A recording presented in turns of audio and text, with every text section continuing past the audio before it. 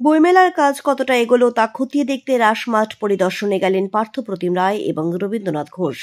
রাত পোহালেই কোচবিহারের বইমেলা, সেই বইমেলার কাজ কতটা এগোলো তা খতিয়ে দেখতে রাসমাঠ পরিদর্শনে গেলেন উত্তরবঙ্গ রাষ্ট্রীয় পরিবহন সংস্থার চেয়ারম্যান পার্থপ্রতিম রায়, কোচবিহার পৌরসভার চেয়ারম্যান রবীন্দ্রনাথ ঘোষ। এদিন দুপুরে রাসমাঠ পরিদর্শনে গিয়ে রবীন্দ্রনাথ ঘোষ জানান, আগামীকালকের মধ্যে বইমেলার সমস্ত কাজ শেষ হয়ে যাবে। এই বিষয়ে এদিন এখানে পার্থপ্রতিম রায় জানান, এই বইমেলা উদ্বোধন করবেন গ্রন্থাগার মন্ত্রী সিদ্দিকুল্লাহ চৌধুরী।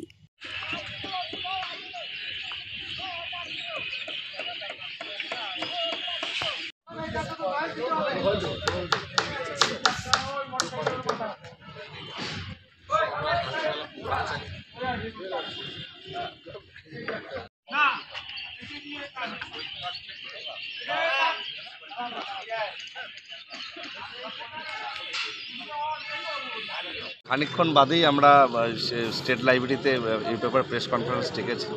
ডিএলও সাহেবেন থাকবেন, আমরা থাকবো, সেখানে বিস্তৃতভাবে বলবো। তবে এটুকু বলতে পারি যে গ্রন্থাগার মন্ত্রী মাননীয় জনাব সিদ্দিকুল্লাহ চৌধুরী সাহেব উদ্বোধন করবেন। প্রধান অতিথি হিসাবে উত্তরবঙ্গ উন্নয়ন মন্ত্রী উদয়ন গুহ থাকবেন এবং সাংসদ সভাধিপতি রবীন্দ্রনাথ ঘোষ মহাশয় সহ সকলে উপস্থিত থাকবেন। আমাদের বইমেলার প্রস্তুতি প্রায় সারা, যেটুকু কাজ বাকি রয়েছে আজকে রাতের মধ্যে সম্পন্ন হয়ে যাবে। প্রত্যাশা করছি এবার একটা রেকর্ড পরিমাণ বই বিক্রি হবে এবং রেকর্ড পরিমাণ স্টল আসছে প্রায় 160টার মতো। তার মধ্যে 100টা পাবলিশার্স রয়েছে। রাজ্যের সেরা পাবলিশার্সরা তারা অংশগ্রহণ করবে এবং বইয়ের জন্য হাঁটুন বিকেল 2টো থেকে শুরু হবে। তো স্বাভাবিকভাবে একটা উদ্দীপনা রয়েছে বইপ্রেমী পুস্তকের।